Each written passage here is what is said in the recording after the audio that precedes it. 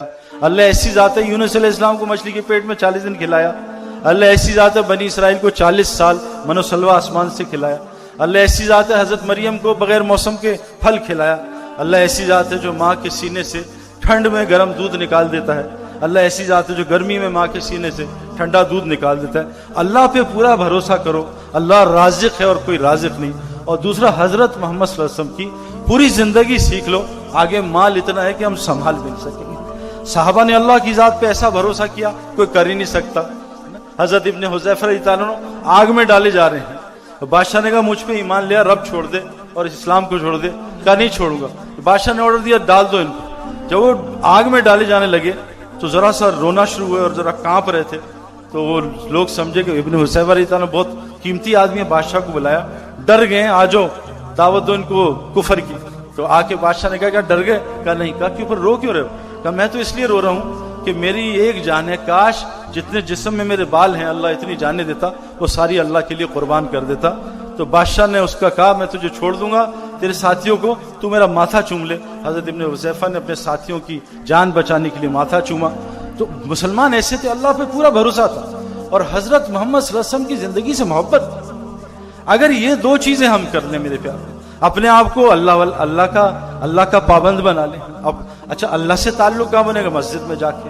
مسجد فرشتوں کا گھر ہے. تو میری آپ سب سے گزارش ہے والدین سے کہ 1 گھنٹہ, جیسے جم روزانہ جائیں گے تو مسل بنیں گے, تو جیسے روزانہ جم جاتے ہیں, جیسے روزانہ آفس جاتے ہیں, جیسے بچہ روزانہ گراؤنڈ جاتا ہے, ایسی ہر مسلمان کو روزانہ پابند ہو کے دیکھو, آج صبح جم گیا کل شام کو جاؤں گا, اس سے مسل خراب ہوں گے, بنیں گے نہیں. آج صبح دوائی کھاؤں کل اپنی مرضی سے شام کو کھاؤں گا, اس سے علاج نہیں ہوگا. جیسے ڈاکٹر کی پرسکرپشن سے دوائی کھاتے ہیں.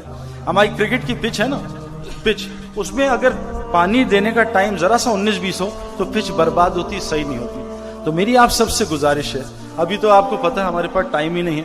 صبح 8 سے 5 دیتے ہیں دنیا کو, پھر 5 سے 8 20 بچوں کو. جیسے کھانا لگایا دسترخوان پہ سب کچھ کھا لیا, اور جو کچرا پڑا تھا وہ بلے کو ڈال دیا.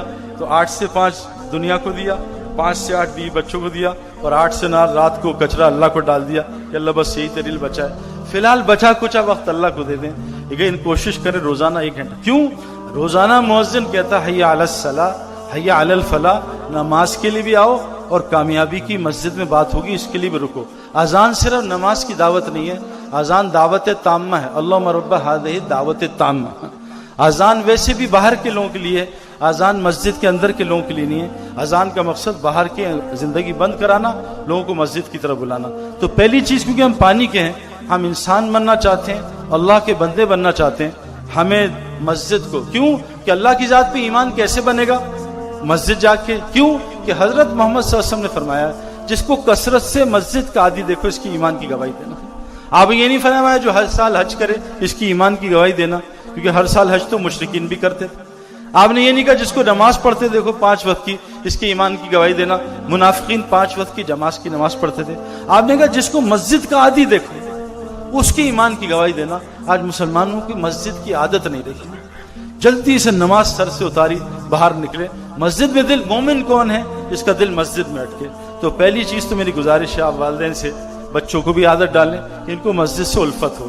جو مسجد جتنی دفعہ جاتا ہے, حدیث میں آتا ہے روزانہ اتنی دفعہ جنت میں اس کا ایک محل بنتا ہے. ایک محل جتنی دفعہ مسجد جاتا ہے. حدیث میں آتا ہے جو مسجد نماز پڑھنے جاتا ہے جہاد فی سبیل اللہ میں داخل ہے. کتنی بڑی عبادت ہے مسجد. جو مسجد آتا ہے وہ اللہ کا مہمان ہے. جو مسجد کا کھوٹا بن جاتا ہے, حدیث میں آتا ہے جب باہر دنیاوی کاموں سے جاتا ہے فرشتے اس کے ساتھ اس کی مدد کرتے ہیں. قرآن میں اللہ نے فرمایا جب مومن مرے گا فرشتے آئیں گے, وہ گھبرائے گا, ڈرے گا. فرشتے کہیں گے ڈرو نہیں, گھبراؤ نہیں, ہم تو تمہارے دنیا میں بھی دوست تھے, نظر نہیں آتے تھے, اب ہمیشہ وہ تمہارے دوست رہیں گے. وہی ایک چیز مسجد سے. دوسری چیز کہ اللہ نے ہمیں پانی سے مٹی سے بنایا. مٹی کی صفت ہے, مٹی پہ روزانہ محنت کرو خیریں نکالتی ہے. اسی سے زعفران نکلتا ہے, اسی سے گولڈ, اسی سے پلیٹینم, اسی سے ڈائمنڈ, اسی سے گولڈ, پھل سبزی سب کچھ مٹی سے. اگر ہم اپنے اوپر محنت کریں گے انسان بننے کی تو بہتر انسان بنتے جائیں گے اور اتنا اوپر نکل جائیں گے کہ فرشتے بھی ہمیں سجدہ کریں گے.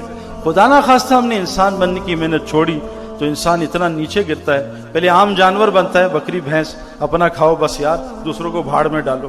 پھر انسان اور نیچے گرتا ہے. کیسے ہوتا ہے؟ وہ پھر شیر اور چیتا بھیڑیا بن جاتا ہے, دوسروں کو لوٹ کے کھاتا ہے. انسان اور نیچے گر جاتا ہے وہ کیا بنتا ہے؟ سانپ بچھو بن جاتا ہے، لوگوں کو ڈستا ہے، اپنا کوئی فائدہ نہیں ہوتا۔ اللہ فرما رہے ہیں انسان ان سے اوپر نکل جاتا ہے۔ کیا فرمایا؟ کل انعام بل ہم اضل، کہ انسان جانور بن جاتا، نہیں، اس سے بھی بدتر۔ تو میرے پیارو، اگر ہم نے اپنے اوپر انسان بننے کی محنت نہ کی تو ہم ایسے جانور بن جائیں گے، اس سے بدترین جانور کوئی نہیں ہوگا۔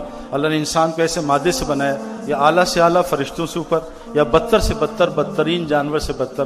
تو اپنے اوپر انسان بننے کی محنت کرنی ہے۔ وہ حضرت محمد صلی اللہ علیہ وسلم نے وہ محنت شروع کی۔ اللہ نے شراب کا حکم 14 سال بعد نازل کیا، اور زنا کا حکم 14 سال بعد حرام ہوا، اور فرض حج جو ہے 22 سال بعد حج فرض ہوا، اور سود 22 سال بعد حرام ہوا۔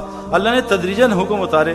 آپ نے اپنے نبی سے کہا پہلے ان کو انسان بنائیے، جب تک یہ انسان نہیں بنیں گے 1 لاکھ تقریریں سنتے رہیں، جو مرضی کرتے رہیں، ان کو کوئی اثر نہیں ہوگا۔ اس لیے میرے پیارو، انسان بننے کے لیے کیا ضروری ہے؟ مسجد کو وقت۔ مزید اسلامی ویڈیوز کے لیے ہمارے چینل کو سبسکرائب کریں۔